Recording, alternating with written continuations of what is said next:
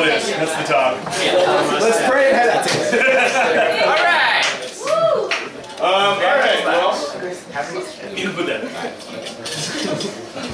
So, yeah. So the last 2 weeks we've been talking about women and kind of what it is to be a woman and be a woman of God.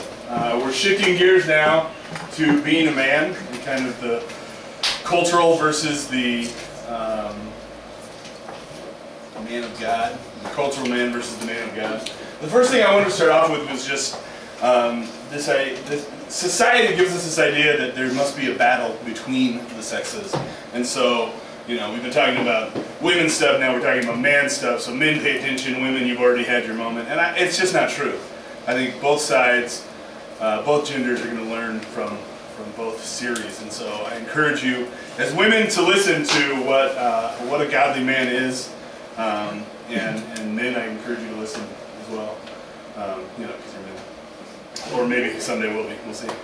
So the big question is what makes a man? And I have known for a while that I was going to speak on this, and it really kind of am excited to talk about what it is to be a man. But as I kind of jumped into it, I decided that it's not really easy to define a man, and so of course I Googled it because that's how you find information. And so I Googled I image Googled manly men with my extremely high safety guards on my searches, and these are some of the images I came up with. A lot of guys with guns, no shirts on.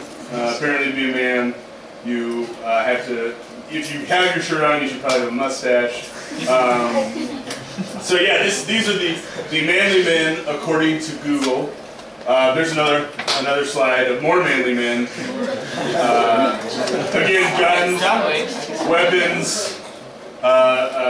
Brad Pitt with no shirt and a cigarette. You know, so this and these were the more appropriate ones that I could find that were of what manly men were according to a Google image search. And some of that I think is true. Some of the ideas that are portrayed in some of these images, and we'll talk about that more.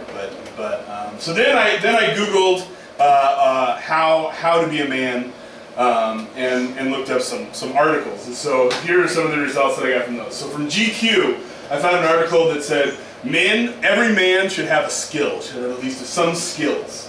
And I want to start off by saying that this is not one of those talks where I'm like, here's how wrong the world is. Like, some of these are actually, I think, going to stand for what a man should be, and we'll kind of talk about how you make that decision.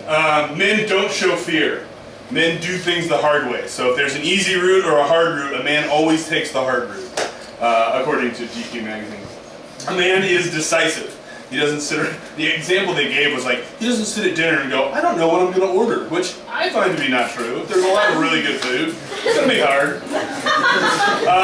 And then a man is disciplined, and a man has discipline in his life. So that's GQ. The next one is from Esquire, and this one was a little more.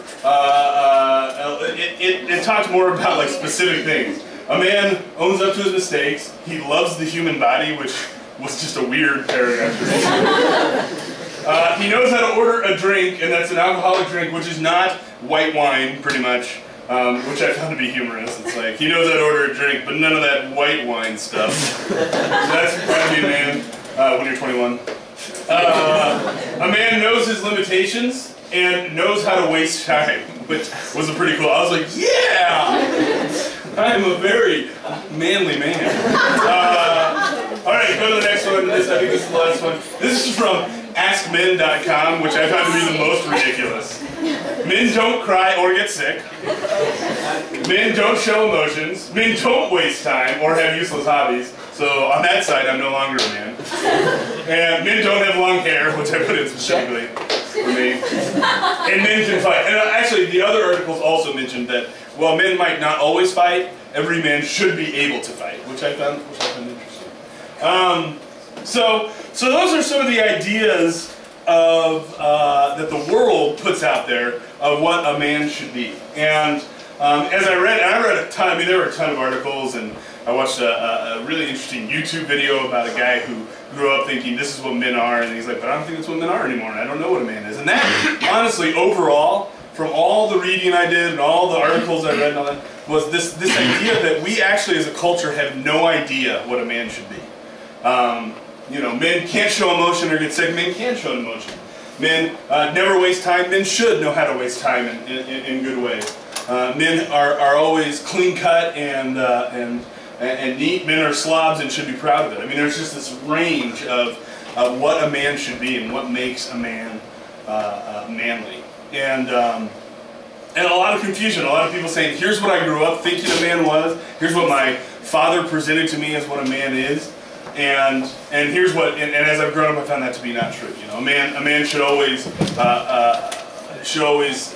never show emotion. Should always be the strong and the backbone to his family. But you know, I read these articles where guys talking about, but there's times when I can't be, and when I fail in that, and my wife steps in, then I question, am I a man, or what's going on there? There were all these questions about, you know, is a man supposed to be always successful and always. On the first slide I showed, there was a guy like in a suit. He was from Mad Men. You know, is that what a man has to be? Because that's what a lot of people grew up thinking. A man has to be the money maker, and he has to be always putting his best face forward. And these guys are saying, I can't always put my best face forward. So does that mean that I'm not a man? And if I'm not a man, what does that make me? And I think it's a legitimate question. I think it's a question that we as men and then the women in the room, you as women, need to ask. What makes a man? What constitutes a man? And so after going to Google and all of these things and looking up all these different thoughts, I thought, well, I know some pretty manly guys, and there's a bunch of them in the room today, and so I sent out a bunch of emails, asking different guys at different life stages. So I asked some guys who might be married or might not be, but don't have families yet. I asked some guys who had just had sons, and so they had like 1 to 3 year old sons. I asked some guys who had teenage and college age sons, and then I asked some guys who had grown sons, mostly mine and Corey's dad. But some guys who had grown sons, and I just asked them a series of questions. What does it mean to be a man? What advice would you give? Have you given? Things like that. And the answers that I got from those, I found to be different. Some were the same as some of these advice, but the heart of them were different. And so I'm going to read through them, and then I'm actually going to ask you guys what you think the difference is between the questions that I asked those who I knew to be all men of God, who I respected as men. So this is according to the guys I asked. One said the qualities of a man are initiative, risk, adventure, passion, which is French for passion, and emotion. Apparently, I can't type. Initiative, risk, adventure, passion, and emotion. Another one said, the level in which he takes on the character of Jesus himself. Another said, a man is constituted not by his biological, cultural, and social features, but by how he enables others to live in their fullest God-given potential and expects the same of himself. There's another slide. A man displays courage, leadership, tenacity, and devotion in the face of fierce trials while exuding love, patience, and humility. While this is the purpose of Christian men and women, women do this tenderly and thoughtfully, while men do this with raw emotion, guided by, consistently, I think, seeking God's will. I should proofread. And then a real man rejects passivity. He accepts responsibility, leads courageously, and expects a greater reward. And that's actually a quote from the author Robert Lewis. But one of the dads that I had respond gave me that as something that they have guided. And then there's one more. A man understands that there is a balance in life created first by dying to your own will and embracing God's plan. And then, this one I got in basic, so hopefully it's right. At its most basic level, a man is a male human being that has reached a certain level of physical or emotional maturity. So that's your very basic definition. But, of course, the complete meaning of the word involves much more than that, and usually includes additional characteristics depending on what measure one might use. Popular culture would attribute such things as machismo, toughness, physical and emotional strength, personal accomplishments, etc. to the definition. However, in my mind, the best way to judge what a true man is would be to examine the life of the only perfect man who ever lived, the Son of Man himself. So, those were the definitions that I got from my little survey that I sent out to manly men. What would you guys briefly say is the difference between the GQ man, Esquire, AskMen.com, and these guys that I questioned? Anything jump out to you guys? Jesus. Great answer. We are in church. Yes, Jesus. But what else?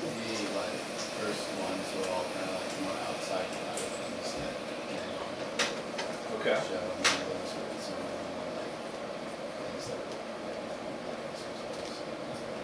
Okay, yeah, so for those who couldn't hear, he said these are the first things that I got from the interwebs were things that you do outwardly, physical traits or things that you do specifically to show that you are a man, whereas a lot of these were more dealt with the heart of a man. Which I'm going to stop there because actually I think that is the key. And nice job. He's a man. And so as an example of that, I wanted to go. I'm going to be jumping around a lot of scripture. I didn't put it up there, because I had a lot of pictures to put up and things like that. So, but so this is in 1 Samuel 16, and it's where Samuel actually goes to anoint the new king.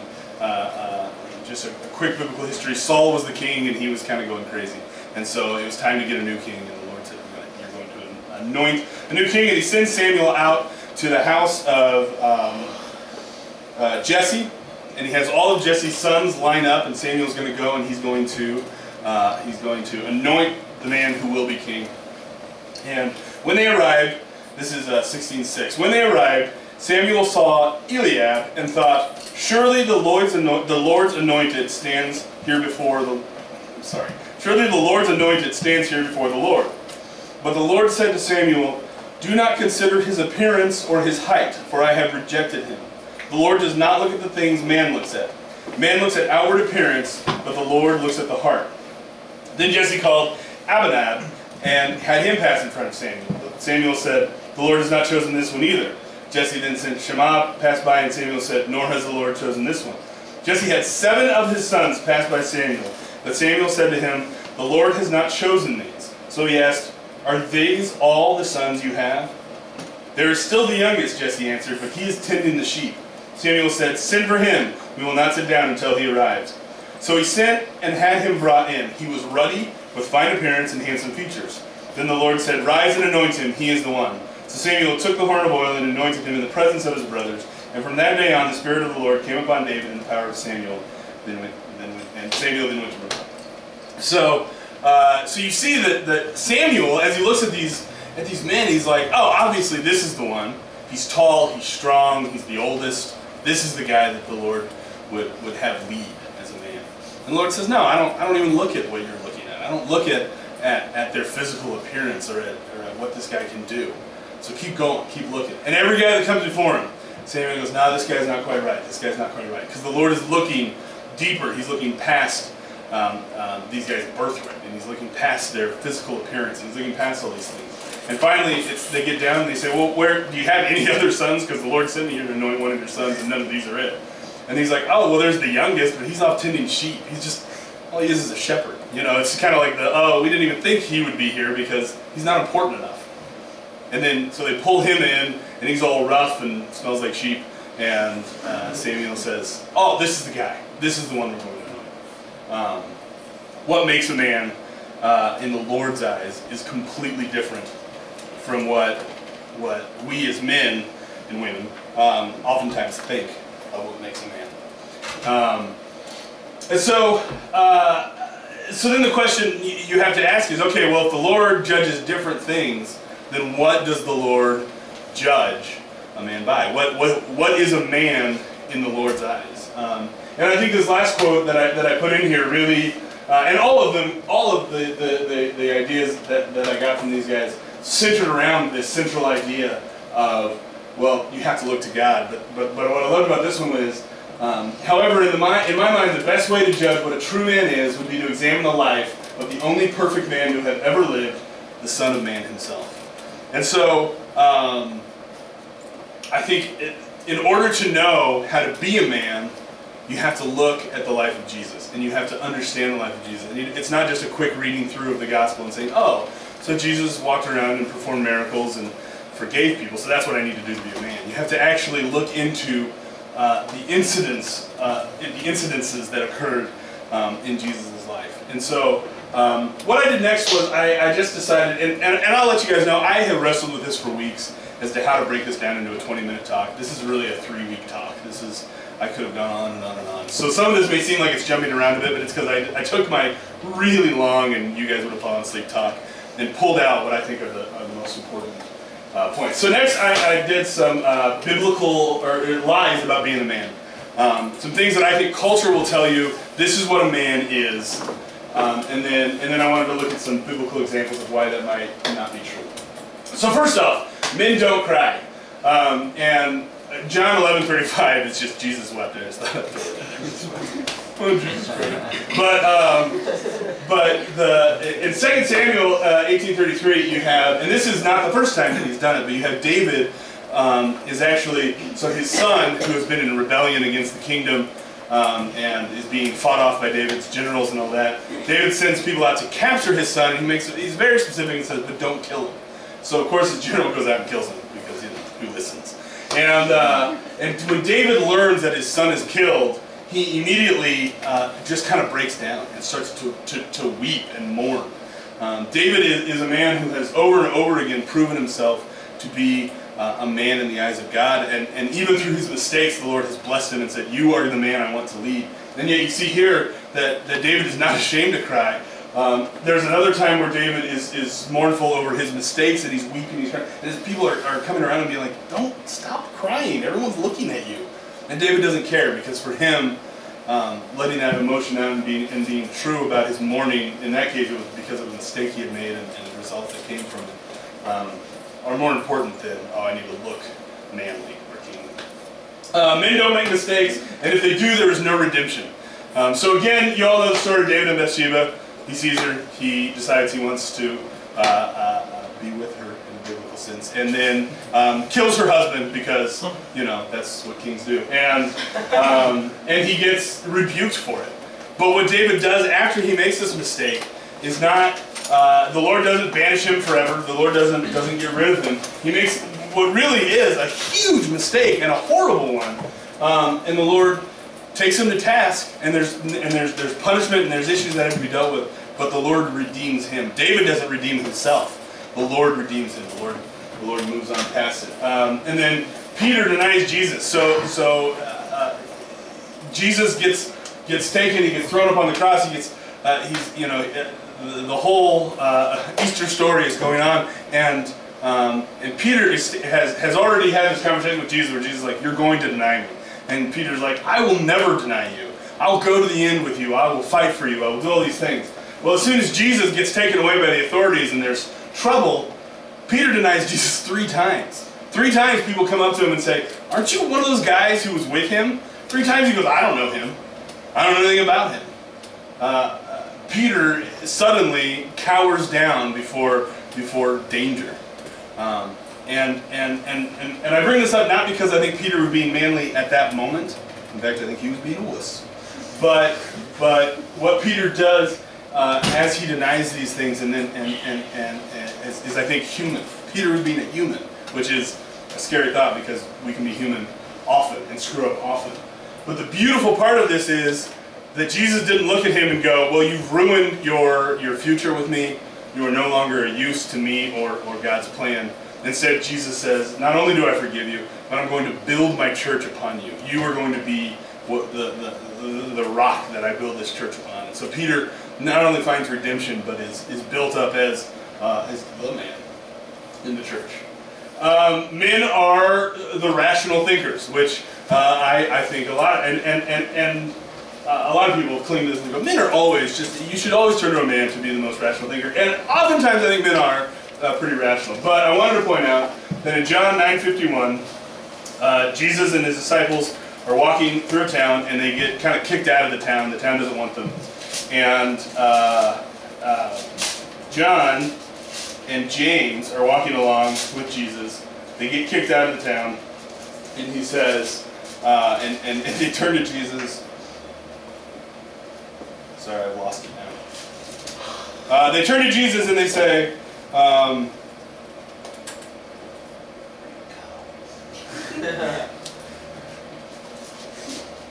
Bible's amazing. Well, I got it. I wrote down the wrong thing. Anyway, what happens is they turn to Jesus as they're leaving the town. They go, Jesus, should we call down fire from heaven upon this town and burn it out?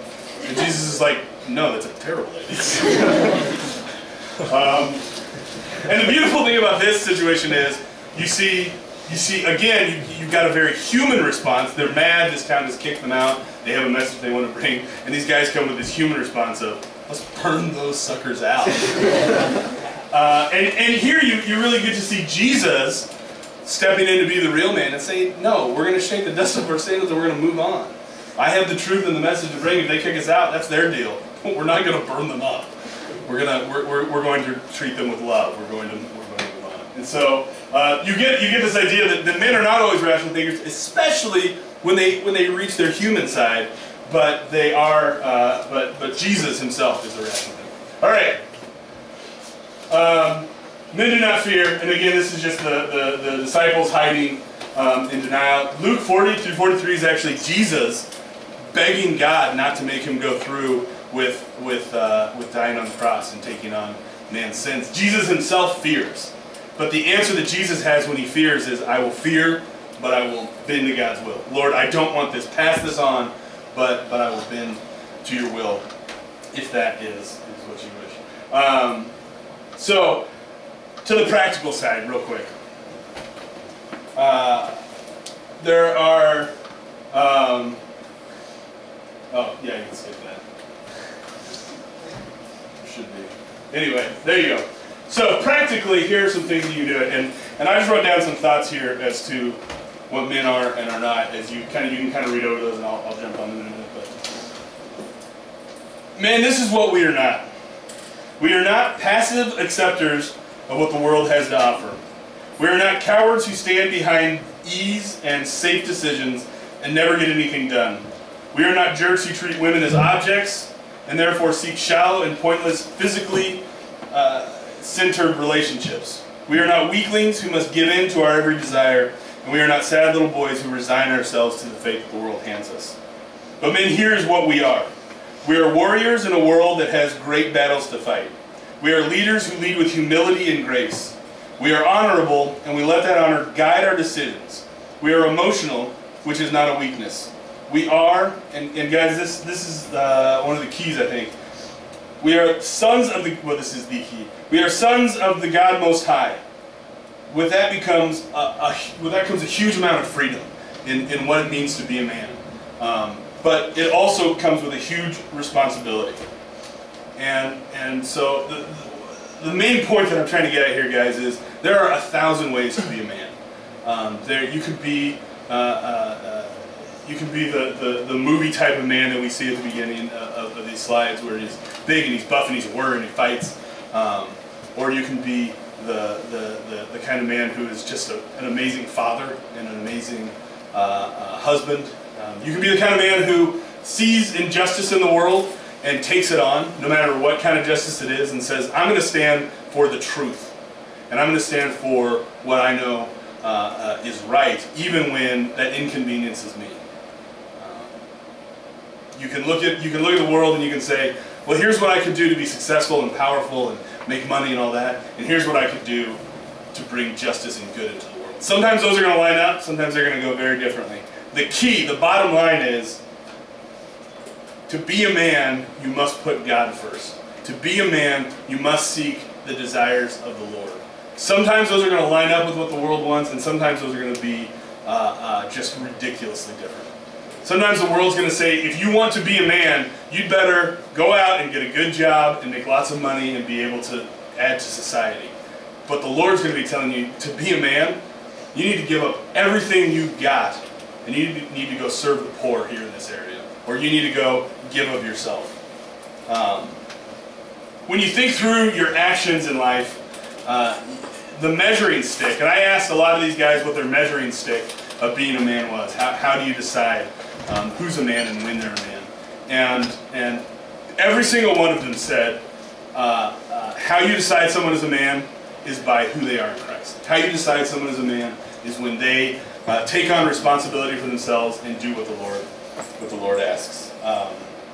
So that's it, guys. These are just some practical things I think you can do. Love as a reflection of Christ. Always stand for truth, which is not easy to stand for truth in your life. Sometimes you're going to come up against instances where you have to be the unpopular one. You have to be the one who loses out, who doesn't get to involve yourself in something that either is fun or will make money or whatever, because you're standing for the truth. And to me, you're going to be a greater man than any of the others in that situation. Seek wisdom from those who are older and wiser. Every leader in this room, male and female, has made huge mistakes in becoming who they are. And has thought that they were doing, for the guys, has thought that they were doing something manly, and then realized later that they were little boys, that they were children, and that they made wrong decisions. It's not unmanly to go to someone and say, here's what I think I should do, help me.